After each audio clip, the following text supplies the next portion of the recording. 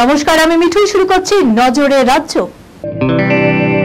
কানের মেশিনের বিশ্বস্ত প্রতিষ্ঠান অডিটন স্পিচ অ্যান্ড হিয়ারিং ক্লিনিক।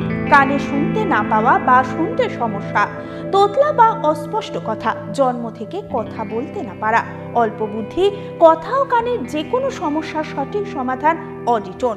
অভিজ্ঞ চিকিৎসকদের পরিষেবার সাথে পাবেন কানে শোনার পরীক্ষা ও যন্ত্র, কান ও গলার ছবি, speech therapy, OAE, BERA, ASSR, ENG, VNG, ইকজি, ভেস্টিবুলার, সাইকোলজিক্যাল পরীক্ষা ও কাউন্সিলিং। বিশদে জানতে যোগাযোগ করুন।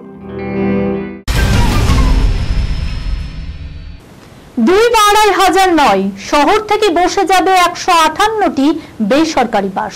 আগস্ট মাস থেকে তা শুরু হবে, কিন্তু রাস্তা থেকে বেসরকারি বাস এক ধাক্কায় অনেকটা কমে যাবে বলে আশঙ্কা তৈরি হচ্ছে। তা ভিত্তিহীন বলেই জানালেন রাজ্যের পরিবহন মন্ত্রী। আদালতের নির্দেশ মেনেই ১৫ বছরের পুরনো কিছু বাস বসে যাবে, তবে তাতে আতঙ্কিত হওয়ার কিছুই নেই। পর্যাপ্ত বাস রাস্তায় রয়েছে, প্রচুর রুটে নতুন বাসও নেমেছে। বিকেল বা সন্ধ্যা হলেই ভোজন রসিক বাঙালিরা ভিড় জমান ফুচকার দোকানের সামনে। ফুচকা সারা ভারতেই বিখ্যাত, কোথাও গোলগাপ্পা, আবার কোথাও পানিপুরি হিসাবে।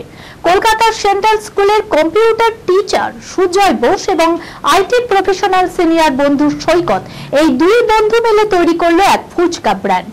ফুচকাকে কেন্দ্র করে কোনো ব্র্যান্ড যে হতে পারে, তাও আবার দুই বাঙালি মিলে, এটা ভাবতেই পারা যায় না। শহর কলকাতায় দুই বাঙালি যুবক সেই স্বপ্নই দেখেছেন আজ থেকে প্রায় 6 বছর আগে। কলকাতা শহরের বুকে বর্তমানে আজ তাদের 7খানা ফুচকার আউটলেট রয়েছে, আর সেখানে প্রায় 40 জন মানুষের কর্মসংস্থানও হয়েছে।